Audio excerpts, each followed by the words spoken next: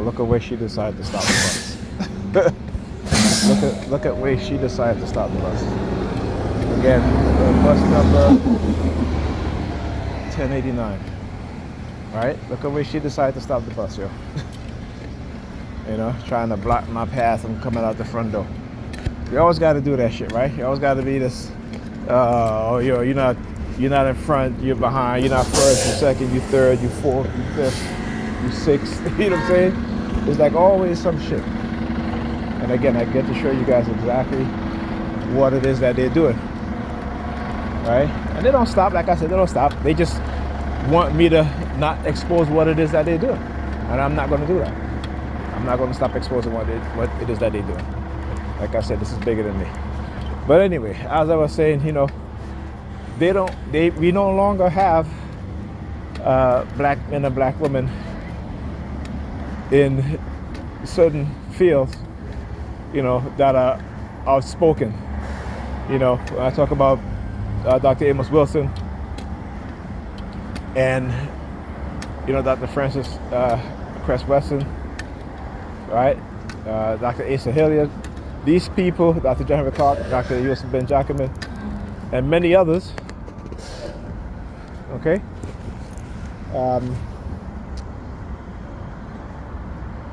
They have engaged in cognitive warfare so that the next generation of young black people who get into the field of psychiatry, who get into the field of anthropology, they get into the field of science, they get into the field of medicine, right? That they are no longer outspoken on the issues that, in living under the system of white supremacy, how it negatively impacts us, okay? And so when people come along, people like me or others who are awakened, right? Remember, I didn't go to college to talk about this stuff. But when I was growing up, this stuff wasn't in the home.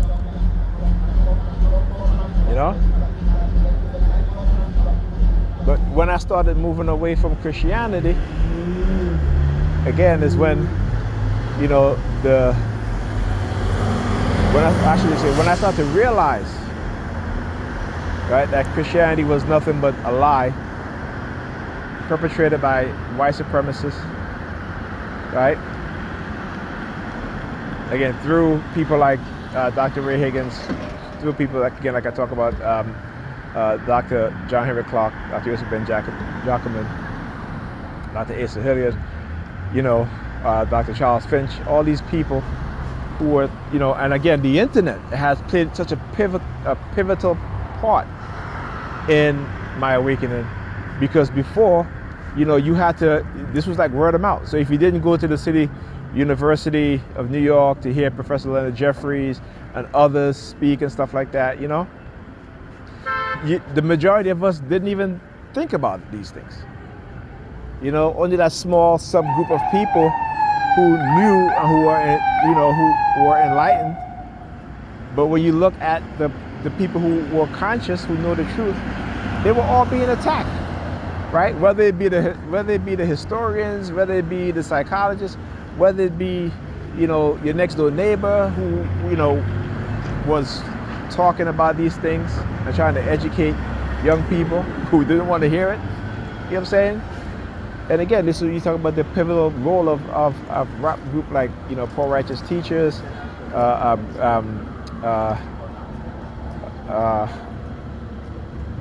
X-Clan, Brand Nubian, used to love Brand New. I mean, I was mostly into reggae and stuff like that, but I still listen to hip hop. Hip hop was very intricate part of my growing up. You know what I'm saying?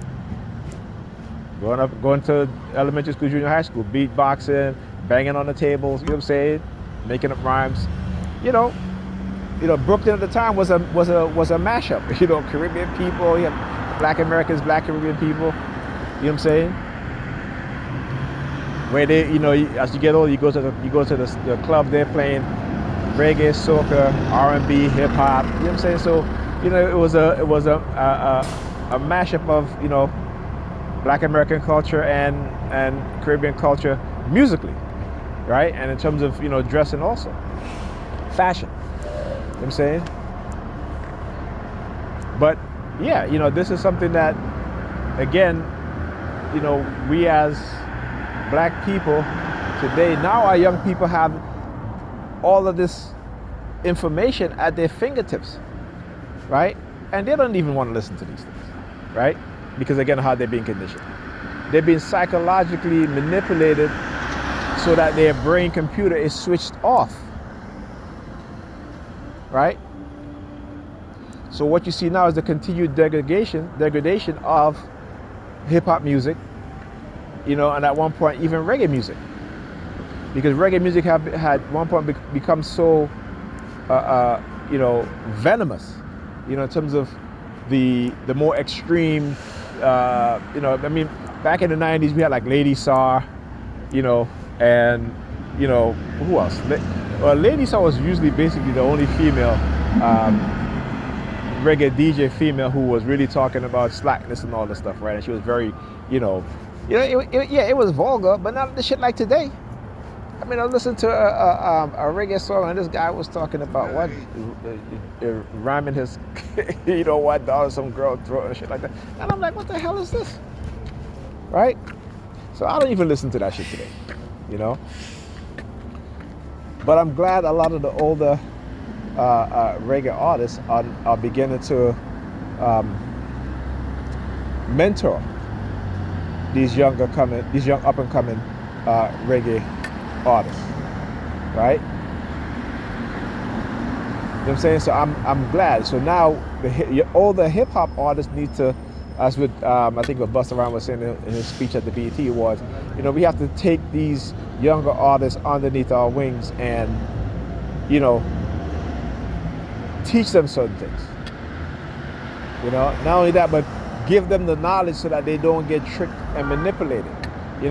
Listen, they may be making more money than we have ever made, but we can't let that affect us to the point that we're not trying to do good by them and for them. You know what I'm saying? Because he was like, Run DMC back in them days wasn't making a lot of money as rap artists in the 90s. You know what I'm saying? It wasn't. You know what I'm saying? Yes, as they, as their longevity went on, they make a lot of money from touring. So we have to be able to do that. So when it comes to history, black history, true black history, right? We need young black people, right, to go out into the fields to do what elders have done, right? Talk about Tony Martin, who wrote the book, The Secret Relationship Between the Blacks and the Jews. I have that book. And again, when the Jewish community attacked him for it. But he was speaking the truth. And again, he wasn't using his words to say what was going on at that time. It was their own words. It was their own words. Go and read. There's a book I have called The Jews and Slavery. And it talks about how the European Jews, particularly in South America, how they were some of the most brutal slave masters. Right? When the ships, the merchants, they handle these transactions. They provided the funding for a lot of these things, right? And they didn't provide the fundings. They were the merchants. They were, they were the middleman, right? And again, this is documented by their own people.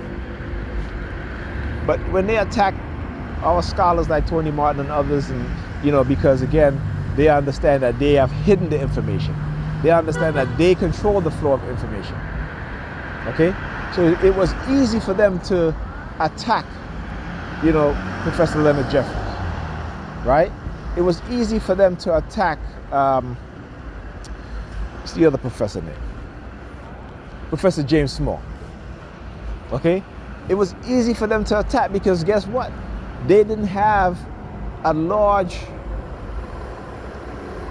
following surrounding them who funded them, right? They made sure that they didn't get funded. They made sure that they manipulated the system, they manipulated other people, they threatened other people, right? They ostracized other people because they villainized our scholars. You know what I'm saying? I was watching a video with Dr. Yusuf Ben Jacobin debating this guy from the ADLS, the Anti-Defamation League, what have you. And he said, what gives you the right to say who's a Jew and who's not a Jew? Or who's Jewish and who's not Jewish? Again, the Jewish word is a modern word. It's supposed to be Hebrews, right? Because the Jews and Hebrews are two different things. Particularly these Jews, right? These are European Jews. These are Khazite Jews, and these are Ashkenaz, right? And these people converted into Judaism in the 11th century. So they have no connection to any past people who lived in Jerusalem who call themselves Judeans, right? Or Udeans. So there was no letter J. Okay? Right? Because again, if you go and you read, they'll say, okay, there's this document called the Protocol of Zion. I've read it. Okay? I've read it. They say it's a propaganda, what have you. But is it really? When you look at the reality, they can say whatever they want to say. Like I said, don't look at what they say, look at what they do. Okay? What was that? New York Fire Department down there? Or is that an ambulance? The light flashing. But when I read that, I'm thinking to myself, I'm looking at how these people behave. And again, not I'm talking about the Zionist Jews. Okay, let me make that distinction. The Zionist Jews. Okay? Do that. New York Fire Department? Oh, sorry, my ambulance. Anyhow, so yeah. Right? Again, we, like I said, man, we're so preoccupied now because, again, cognitive warfare has done the job that it's supposed to do to our minds. And that's what it says. When you go read about cognitive warfare, it tells you that, you're not, because you don't see what's going on, but the effect, you see the effect. And the effect is that of, again, a detriment to that individual or to those groups of people or to whatever. You can call them enemies, whatever, right? Because America has shown that that they consider black people to be enemies. When they engage in such behavior against black people is not considered to be Americans. Black Americans are an enemy. Okay, in a country that they call their home. Okay? Because when they can engage in this stuff, and again, there's talk about divide, whatever, I'm speaking the truth. I'm going to give you there's a New York Times article, go and look it up. It came out on this month on the 10th, and it tells you how white doctors are giving healthy, pregnant black women cesarean when they're giving birth, and there's no need for them to do that. Opposed to white women who are the same healthy in terms of their health, right? They do natural birth, right? Now, why are they doing this? Why are they giving healthy black women cesarean when they don't need to?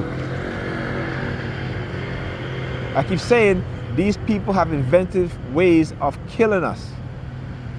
Black women are 3 to 4 times to die on the operating table than white women, right? And all the evidence prove what these people are doing, what these doctors are doing. And they get away with it. They get away because, like I said, when they keep us in the single digits, right? In terms of doctors, 5% of black people in America are doctors. Again, single digits numbers. That means that they can do to us whatever they want to do to us. But we're not listening. We're not listening to the truth. We rather, they're doing things to cause the shortened lifespan of black people, particularly black men. We know that. Black men die the youngest. Right? And then next is black women. Right? They're murdering our women in the delivery room. Right? And they get away with it. Because why? Because they control the system. They control the medical industry. They control the hospitals. Okay? And when we have superstars like Serena Williams, who again experienced something similar, where's the outcry? Where's the outcry? Right? If they were doing this to their own women, they know their asses would be in jail. But because it's black women, And like I said, until we open our minds and understand what's going on, then, you know,